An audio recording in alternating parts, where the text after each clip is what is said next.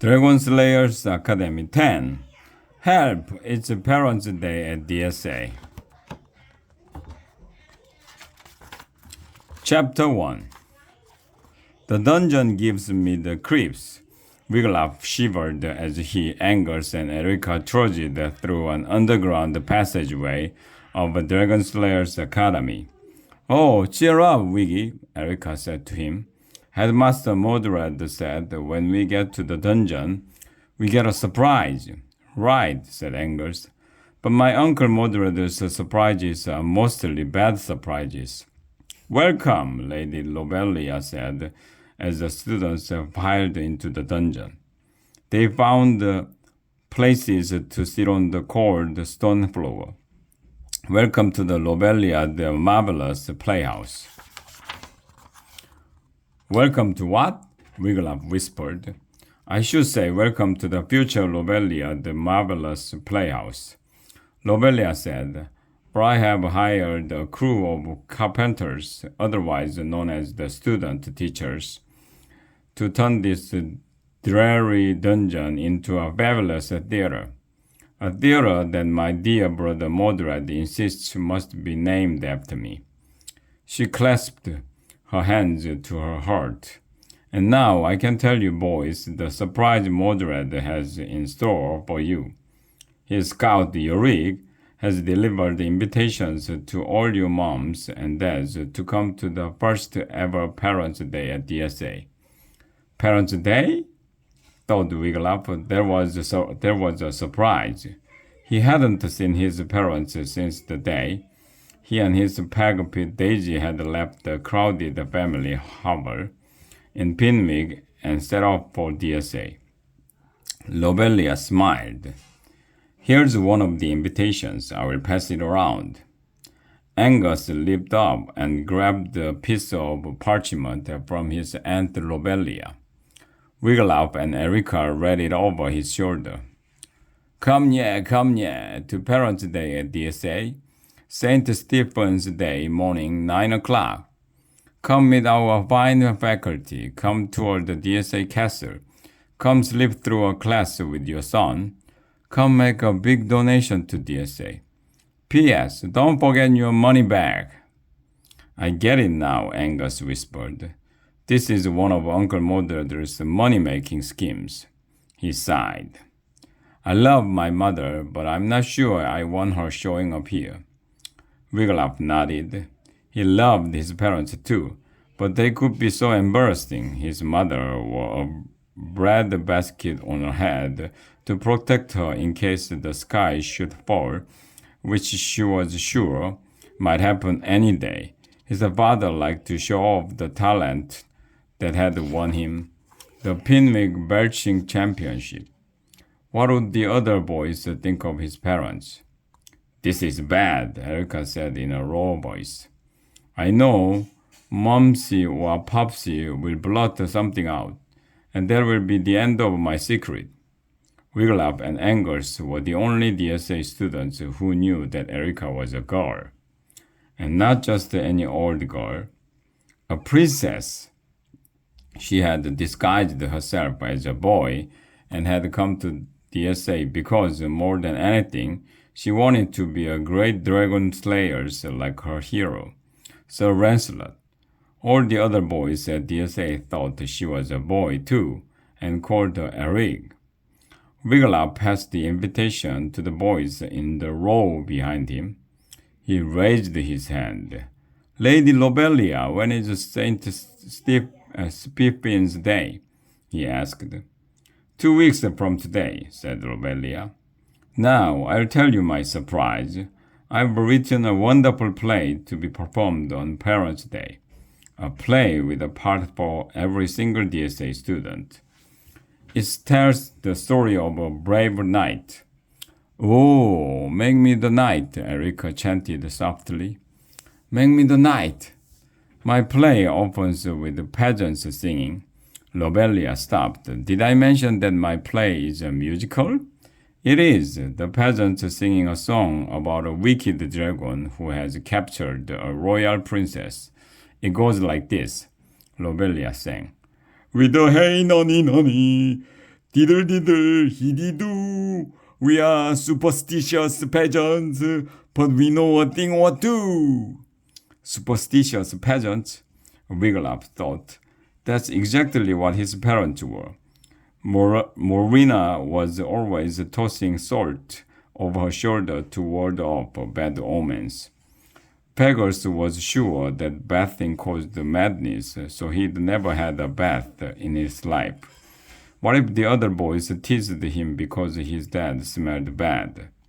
There's a big fight scene at the end. Lobelia went on. The knight slays the dragon and rescues the princess. Then the knight's loyal men and the princess's ladies in waiting dance the Gata trot, and they all live happily ever after. I just had an awful thought, whispered Erica. What if Lobelia cast me as the princess? No way will I play a dopey princess.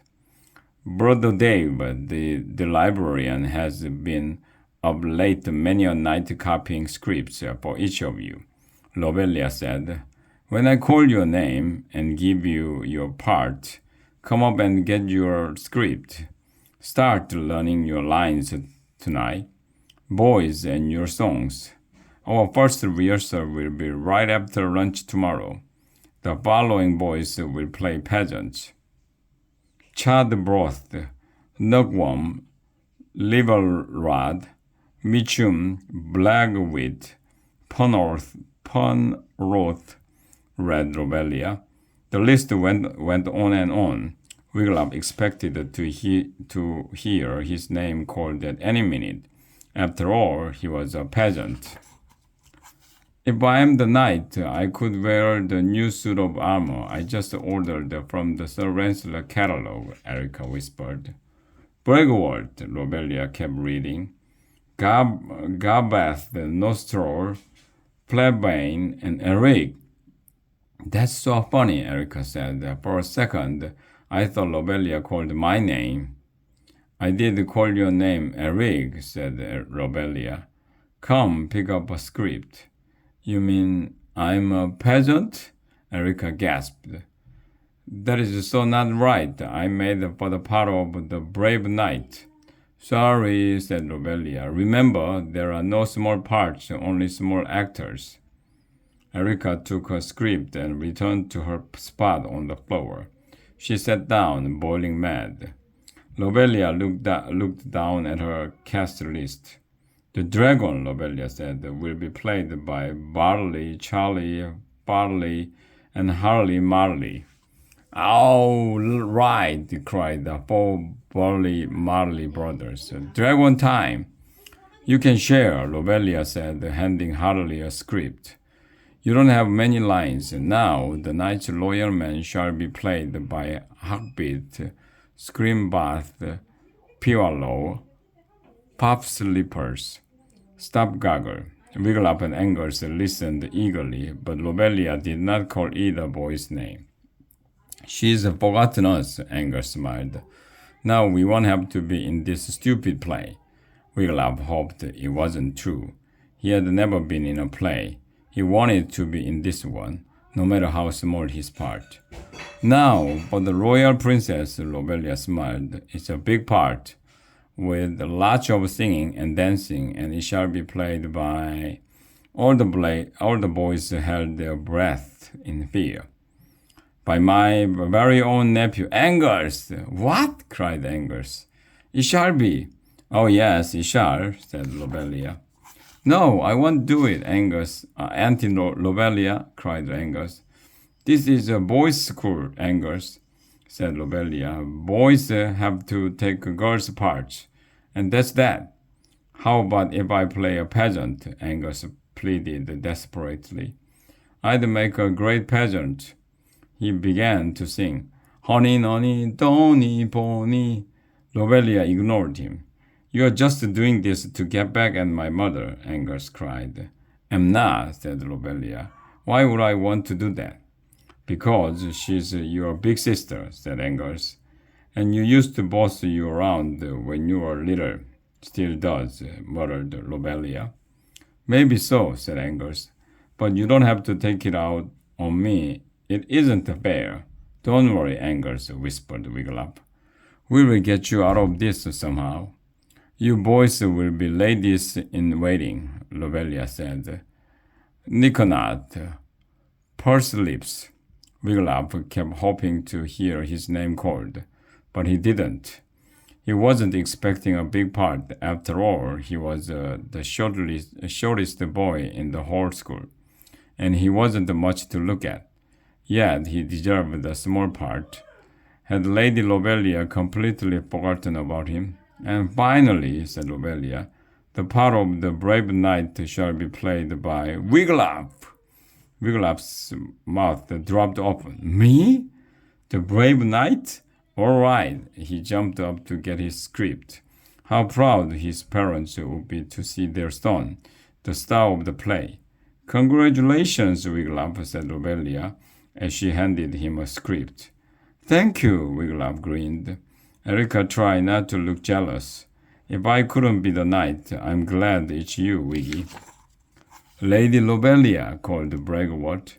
You never told us what your play called. It's called The Tale of Teeny Third, Tiny Bottom, replied Lobelia. She turned and gave Wigglytuff a wink. You are such a teeny little lad.